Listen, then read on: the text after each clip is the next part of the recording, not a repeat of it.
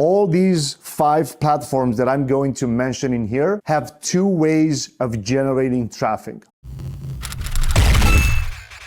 One of them is organic and the other one is paid. In order for you to have, a complete predictable lead generation, customer acquisition process, you will need to use paid advertising, right? Like organic, it's cool. You think that it's free. Now, of course, it'll require time and effort, which essentially it's also money, right? But paid is the only way that you'll be able to really say, all right, if I'm paying this amount of money per lead, I know that I can convert this type of percentage of people into paid customers.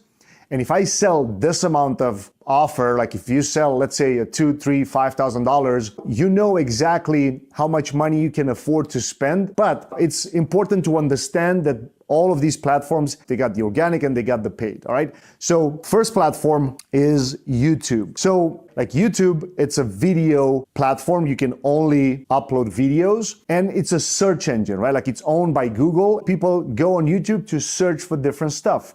Usually, think about yourself. How many times per day, per week, per month you go on YouTube to find things, to find solutions for your problems? It's very important to understand that nobody goes on YouTube to search from a business standpoint, to search for vlogs. And it's very important to understand YouTube from a business standpoint, not just from a point of, oh, I just want to get more subscribers because I'm going to get paid through AdSense. None of that. We're talking about, strategies that can help you generate more clients. So on YouTube, from an organic standpoint, you need to know how to answer basically questions of the problems that you solve for your clients. Like go through your emails. Like if you run, out of ideas about how to create content for YouTube, the same way that I'm doing it now, I look on YouTube on how to get more clients for your coaching business, how to market, and then I see what people are searching for, right? Like YouTube is the first place that you should go. Like, yeah, there are more advanced platforms like, keywords everywhere and Google AdWords Keyword Planner, a lot of others like SEMrush. It's very important to understand that you can go on YouTube and search for related keywords that you think your customer may search for, and then see what's the volume of those searches. Based on that, and then of course, look who's ranking first, who's doing, check the channel to see what kind of authority they have. Can you create a better piece of content? Can you create a better video for that? If you can, cool, go for it. Make sure that you solve a problem in that video. And of course, people will watch, right? It's very important to understand that. Now, from an organic standpoint, you need to optimize your titles, your description, your tags. Of course, you need to find a way to be suggested in the other videos. Like at the end of this video, you'll see that YouTube will recommend you to watch another video of mine, right? Like that's a strategy for that. But you don't need to implement everything that I'm gonna talk about today, but understand both ways and both sides of the platform so you know how to use it properly. So very important, create problem-solving content for YouTube, optimize your titles, your tags, your description. Put in the description the links of your lead magnet for your ebooks, blueprints, free courses, Facebook group. Take a look at the description of this video and see the type of links that I have in there. If you look in the description, I'm inviting you to subscribe to my channel, to download one of my blueprints, to join a Facebook group, to sign up for a free course of mine.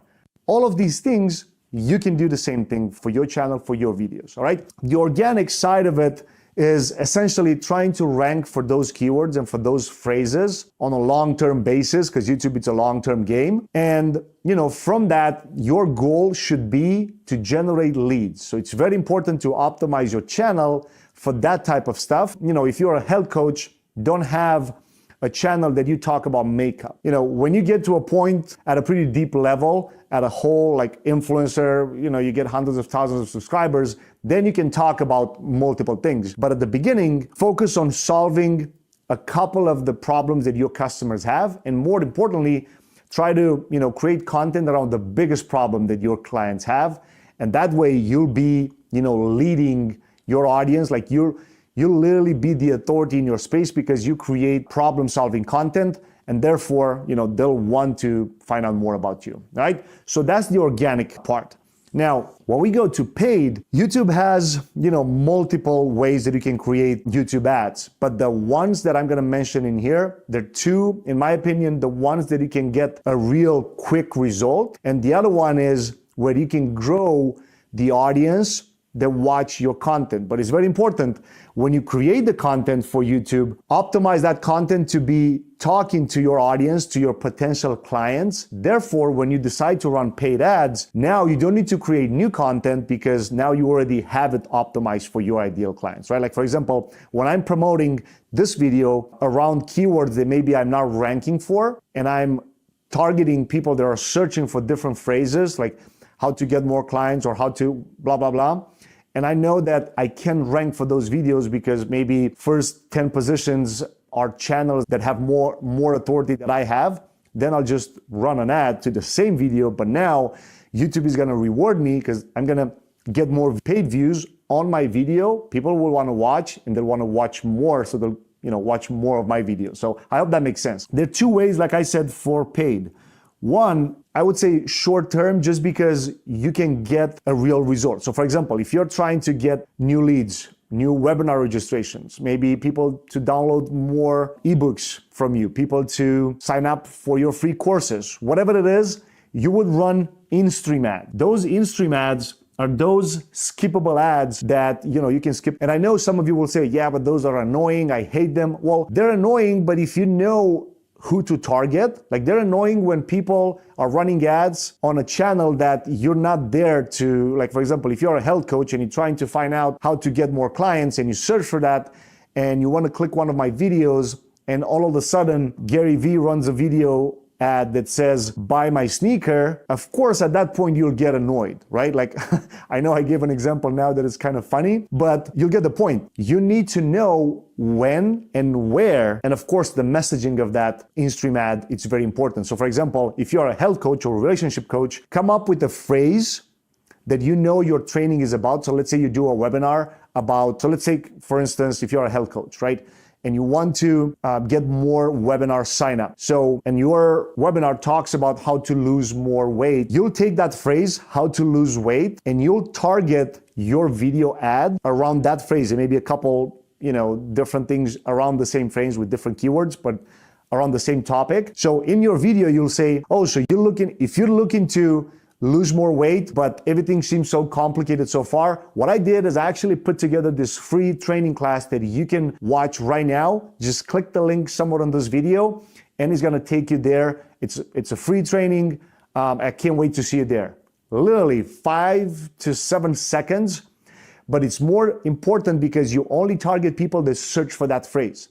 So those skippable ads are annoying when they're done without a strategy on the back end. So I hope now you have an aha moment and you understand how powerful they are, because if you run them properly, you can get an insane result. One, not a lot of people are doing it. Two, they're powerful because you hit the client exactly at the stage, like at a really low level in the funnel where, oh, I want to learn more about that. I'll click and I'll watch, right?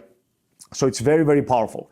Now, the second, and that's, like I said, it's in-stream. So I'll put in-stream ads, right? And then two, so again, in-stream ads are the ones that you target people the first couple seconds of a video. And then we got two discovery ads. And by the way, I know my handwriting is not the best, but hopefully the value that you get out of it beats that. So two is discovery ad. Discovery ads come into place where, let's say, for example, this video that I'm doing right now, I have no way to rank it on first or second or the third position on YouTube searches around the topic of how to market your coaching business. Well, if those channels that have content around this topic are way bigger than mine and they have tens of thousands of views around it, what I'll do is I'll grab all of those keywords and phrases and then I'll run discovery ads. So discovery ads is I'll show up first in the results, regardless how the channel that have other videos around that have, because I'll be the one paying YouTube to outrank all of them. Now, the difference between these two is, organic, it'll rank most likely if you get a video up in the first couple positions of the searches, it can stay there for years and years. Paid, for example, once you stop paying, you're not ranking unless you do it in a way, like I said, I will run discovery ads around this topic with multiple phrases. That way it's gonna help the YouTube organic as long as I do it in the first 48 hours of me launching the video, because it's very important when you launch a video on YouTube to optimize it and to get the right amount of views in the first 2 days, right? So very important, 2 different strategies, organic and paid for YouTube. Organic is when you post the video, you optimize the title, description, tags, and your thumbnail. That's organic. And as long as you do it properly, you can rank. And then 2, which is paid. Now for in-stream ads, you will never run a video that it's right on your channel. You will record a separate video, usually with your phone, and just say, so you're looking for this, and that, and you thought that it's too complicated by now. No problem. I put together this free training class. Hit the link below, and I can't wait to see you there. And I'm also gonna give you this, and that for free if you join. Boom, in-stream ad, awesome. Discovery, again, you'll outrank everybody. You can literally pay 0.01 to 0.05 cents per view. So it's that cheap on both of them. Of course, if I or somebody else come into place and they'll pay more, outrank, but because YouTube is so big and they have so many keywords that you can target, it's literally, you're not gonna find this on any other platform, because people are always searching more and more for content. So I hope that makes sense. Platform number 2, Facebook. So we all know Facebook also has 2 sides of the platform, right? Like we got the organic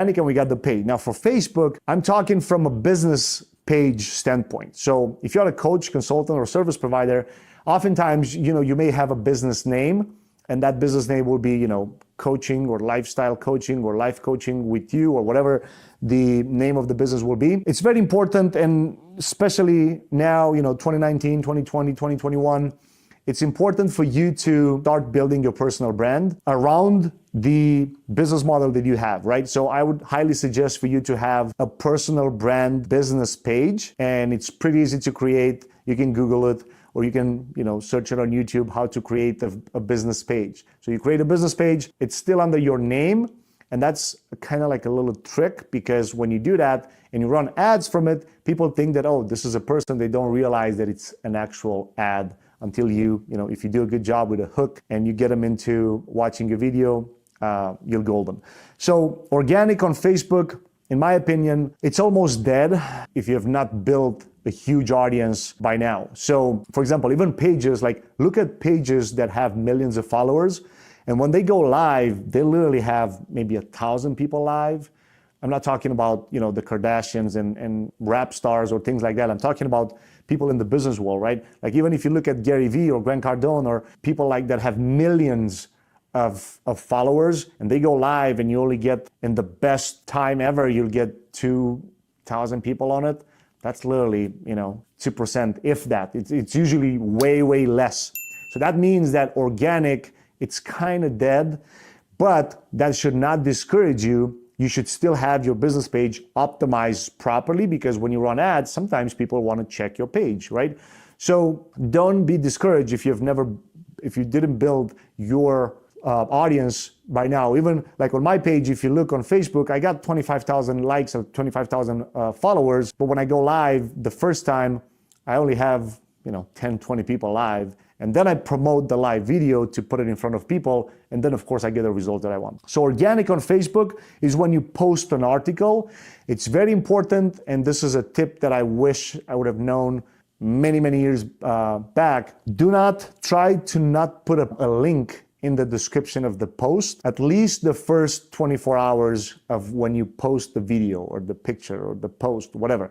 Don't put a link in there, because Facebook wants people on Facebook. When the moment that you put a link in there, done. Just try to post, natively. Like if you have a video, like for example, this video here, you'll be seeing this exact video on Facebook, cut a little bit into smaller pieces, but you'll be seeing it uploaded. Like I said, it's very important for you to not use any links in the description of your post, specifically if you don't run ads to it, right? Like for example, when you, especially in the first 24 hours, don't put a link in the post, don't put a link in the comments, wait the first 24 hours if you really want to get the most out of your organic side of Facebook, right? And again, you can do live videos, and then even though nobody will watch on the organic side, if you're just building your audience, you are able to promote them, and I'll talk about this in the ad section, right? In the paid side of the platform. So in the organic side, you can post everything from videos, live video, pictures. You can now do all kind of like Q&As type of templates. Which one is the best in my scenario and in my experience? Either a video recorded or a live video. Or you can even, like now you can use platforms like OneStream.live, and you can stream a recorded video as live. You know, it's up to you to decide if you want to do that or not, right? So that's on the organic side. Now, on the paid side, you can run all kinds of paid ads on Facebook. Now, in my experience and the way that we advise all of our clients to do, it's always lead with a value building piece of content. In this scenario, you can take your YouTube video and slice it into a couple videos and then run ads, engagement ads on Facebook to get more people to watch it. The reason for that, and you don't put the call to action still, the reason that you want to do that is you will basically build an audience of people that watches your content. Now, when you do that, you can retarget, and that's point number 2. So retargeting, I'll just abbreviate it right here as a RET, retargeting.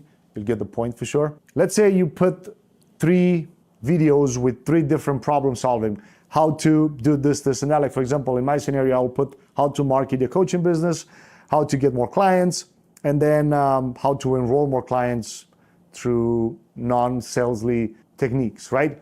Now, you can then run retargeting of people that watch those videos, and then I can invite people to join my webinar. I can invite people to download something from me. I can invite people to whatever the situation may be. That's where I would do that, and that's how I would highly suggest for all of you to do.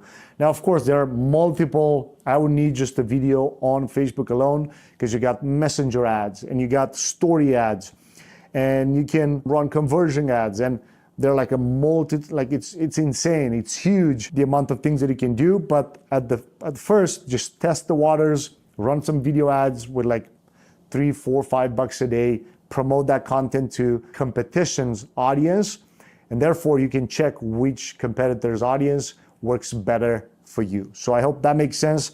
Also, when you do a live video, so if I pull my phone now and run a live video, even if nobody watches, I can then run ads and boost that video to more people, for other people to watch my live videos. So that's powerful as well.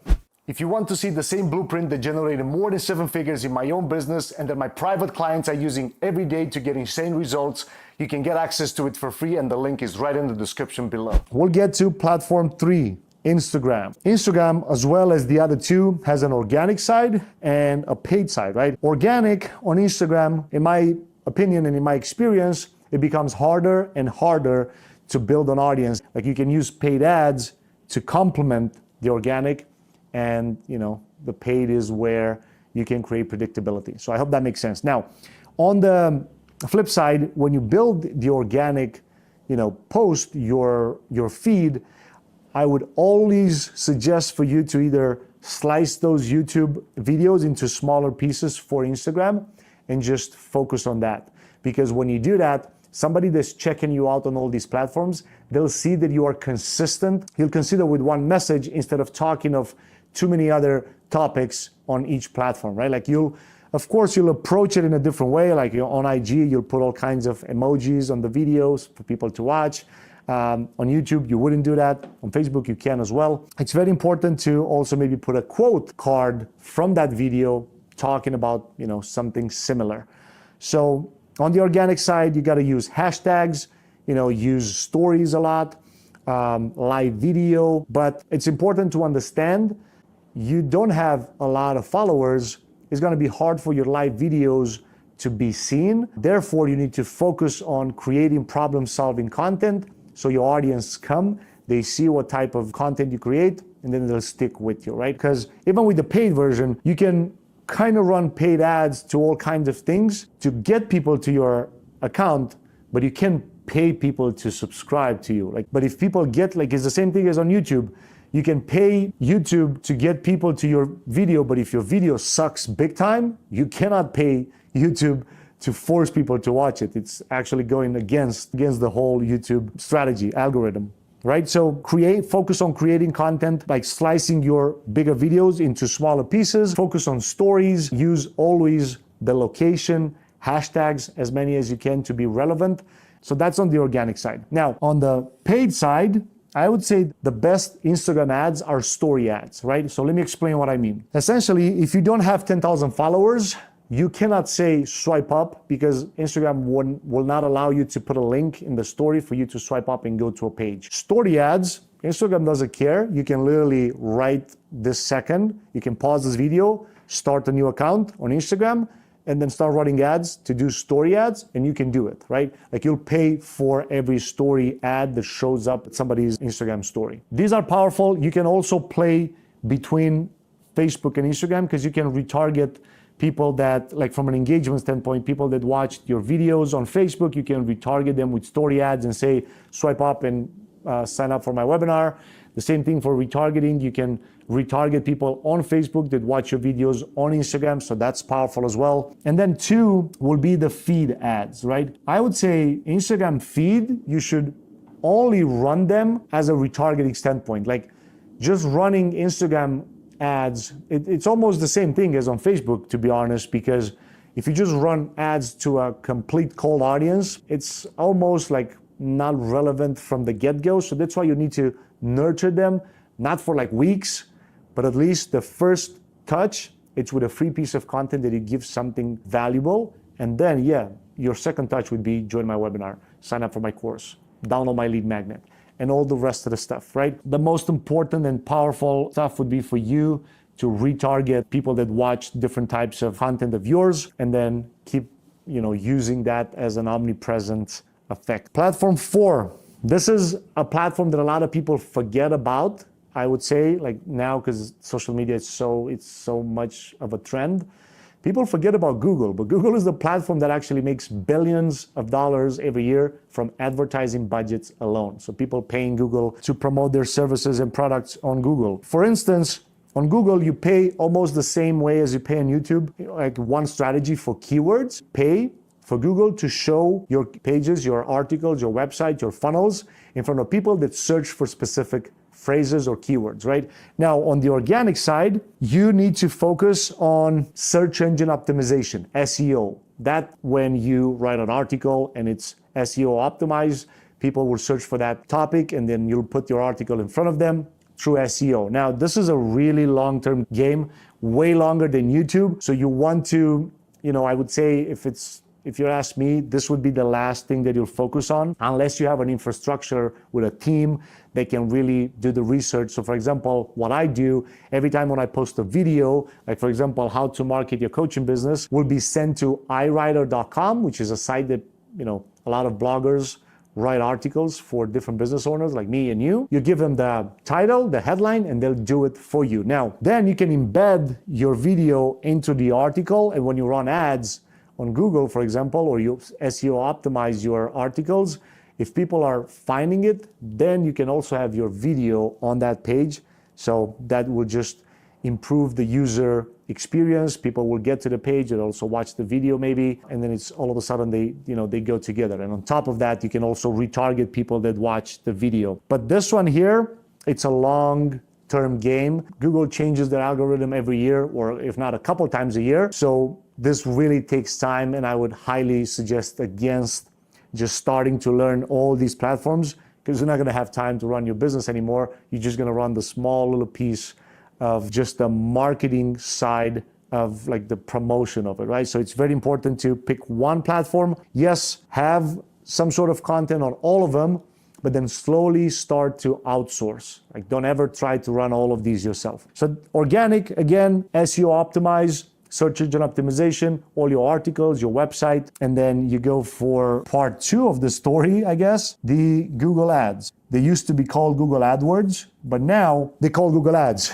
They do the same thing. It's very important to understand Google AdWords don't really like that much a registration page of a webinar or a lead magnet page. They're not really the big fan of that. Because of that, you need to really focus on creating some content if you plan to just promote your webinar registration with Google. Now, the reason that I mentioned webinar is when you run Google Ads, usually they're pretty expensive. So you got 2 ways to do it. One, either run ads to long tail keywords around your blog articles and then retarget people on all these platforms for joining your webinar. Don't try to just go straight to a registration page, because that would be one of the most expensive ways that you would do Google Ads. It'll take your money like right away. And of course, you can bid per day. So if you don't want to spend more than like $50 a day, of course, they won't take more than $50. But in order for you to get the best results, I would say you can run ads around the blog article, around the problem that people are searching for. And then since you promote that article,